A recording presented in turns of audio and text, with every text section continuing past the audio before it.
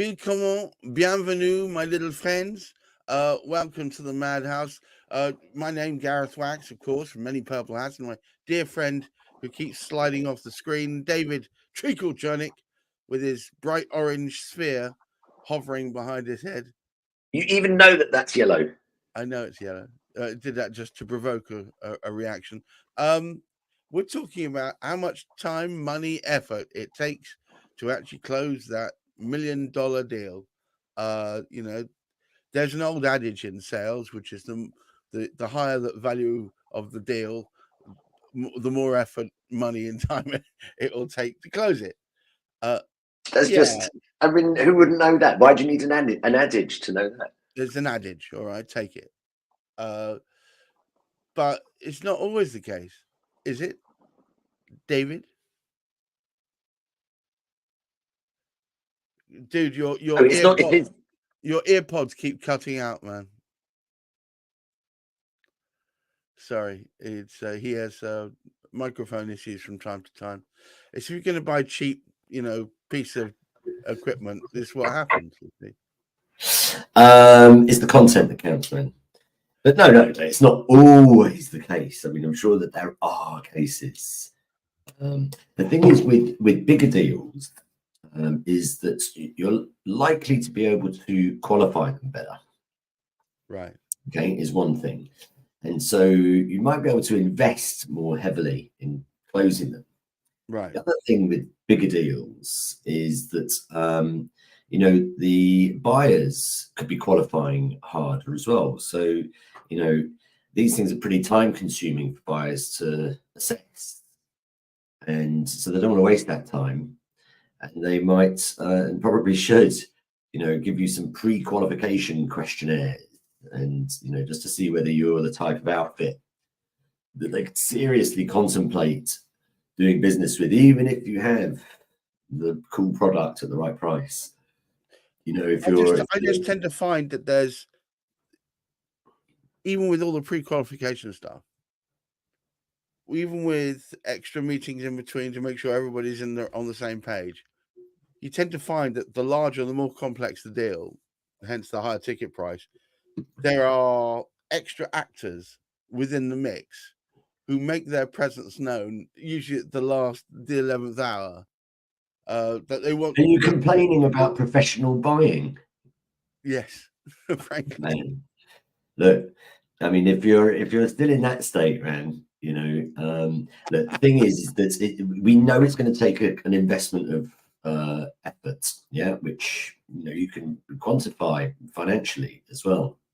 So I'm often, especially when it's a client who isn't used to doing big deals and wants to take like a step up. It'd be that they need preparing for what is involved, and it's all very well saying, okay, well, you're going to have these questionnaires and tender documentation and all of that kind of stuff, some due diligence probably, and then like yeah, but then okay, what have you invested in finding out everything that you need to know about the ins and outs of this deal?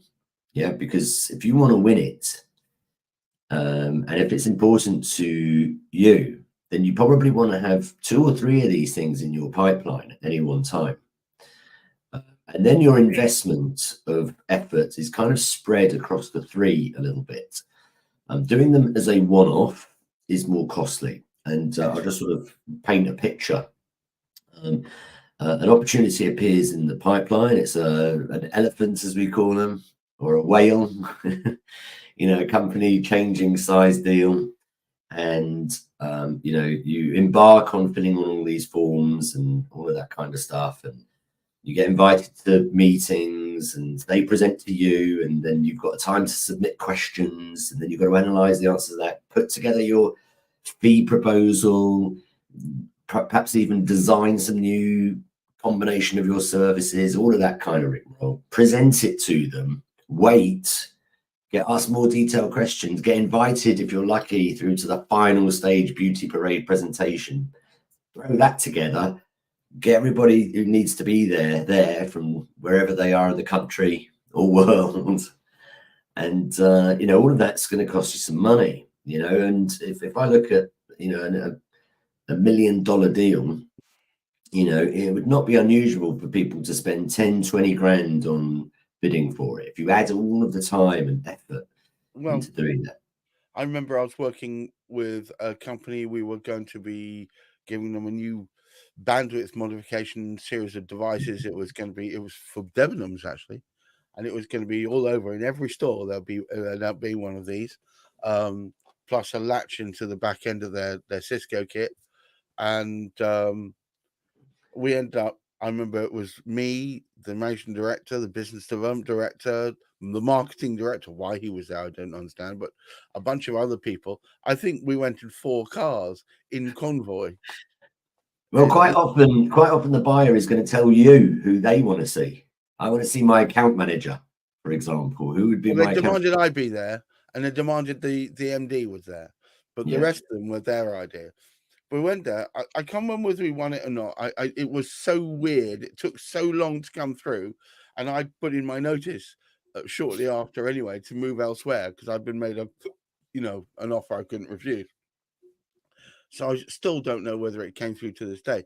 But the truth of the matter was, it took so much extra effort because we had like 5 or 6 of these meetings that ramped up from me initially, me plus 3. So adds up all the costs to that. How much do you think that will cost? Oh, tens of thousands in time, effort, right? energy. But this is the thing. But the point I was going to make was that if you are pitching for 2 or 3 of these at a time, then what you learn about yourself really when you're writing these proposals, they can be great for like a bit of peer review to get your senior management team together and figure out what exactly are we selling here, what is the value to people. And if you've got 2 or 3 on the run at any one go, then you can tweak each one, of course brand it if necessary, and personalize everything, of course, but you're involved in the same sort of work. So to pitch for 3 might cost the same as pitching for 2.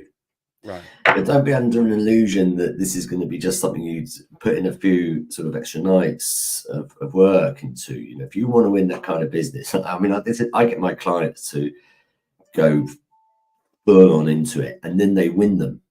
And if you can win 2 out of the 3, that's brilliant, because if 1 out of the 3 could be company changing, 2 out of 3 is going to give you a whole host of new challenges and opportunities as well.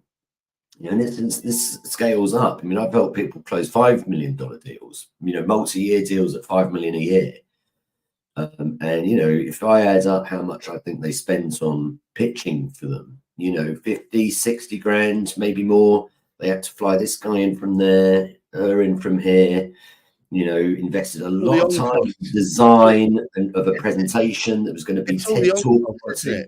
It's all the stuff that you don't necessarily think about when you first went to pitch for it. It's all creating a video for it, making sure that you really bend the ear of the decision makers and find out what's really important to them. Sending in your top people to do that. Yeah. So, getting people like me in, hiring a copywriter who really knows how to write in the style that client needs it written in, so they fully understand exactly what you're offering and that what their problems are.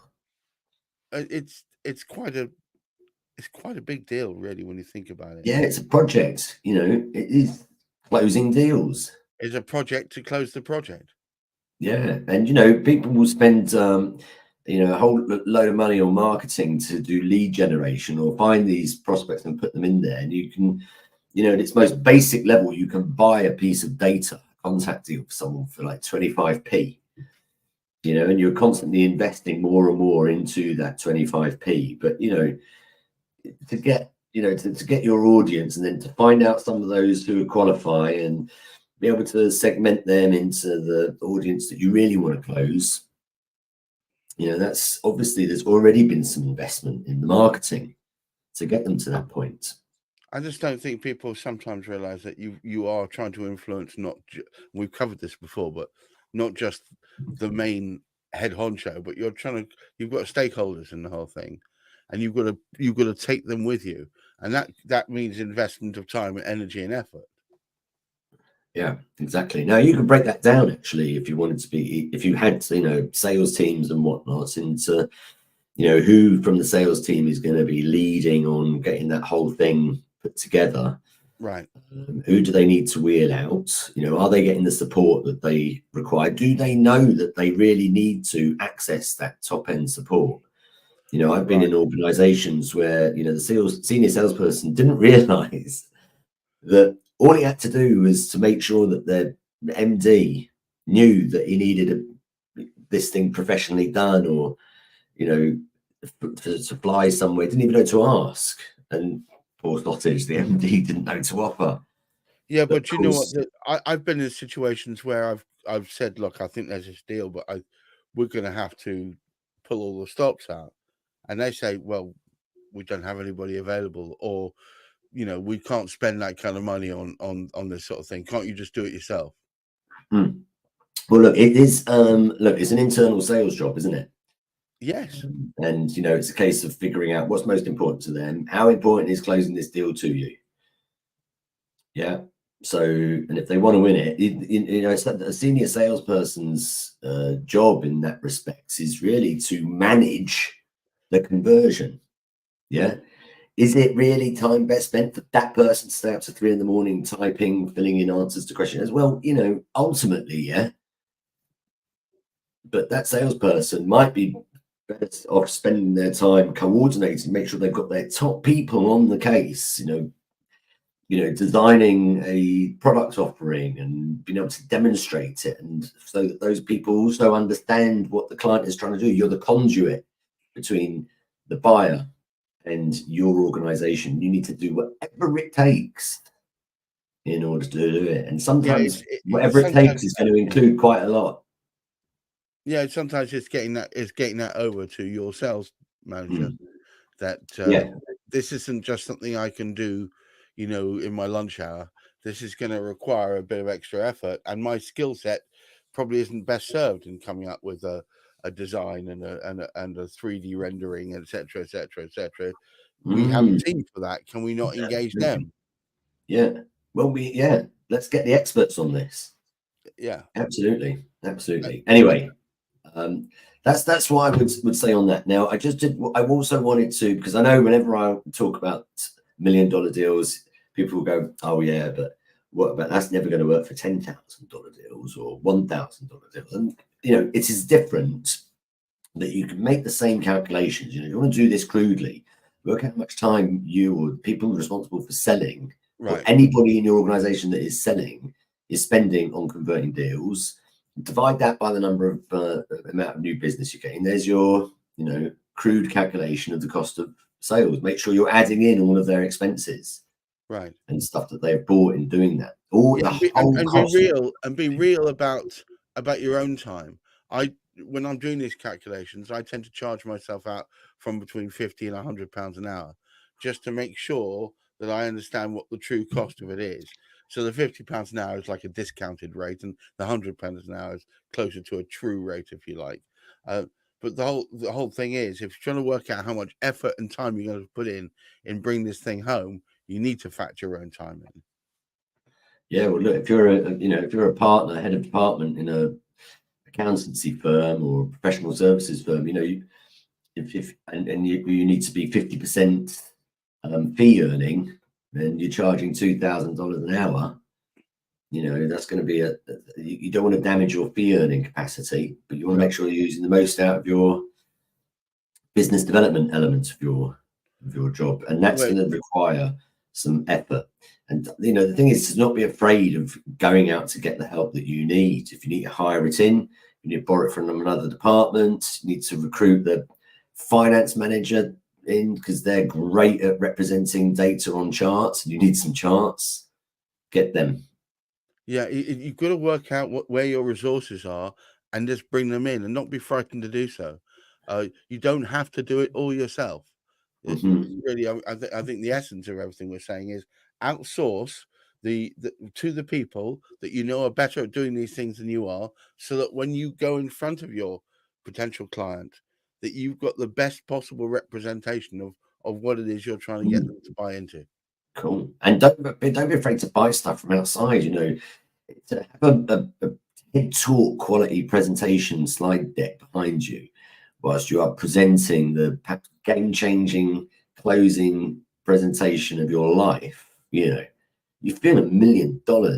They look at you and look at that presentation. It's very convincing. This person is really invested in trying to win our business. You know, look at the lengths they've gone to. And the beauty of it is that the more you invest in your closing, the more you'll learn about your own capabilities and probably get more enthusiastic about your own capabilities as well.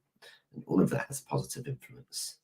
All right. Well, look, thank you for spending the time with me today, David. As ever, on point. Good tips. I hope everybody found that useful.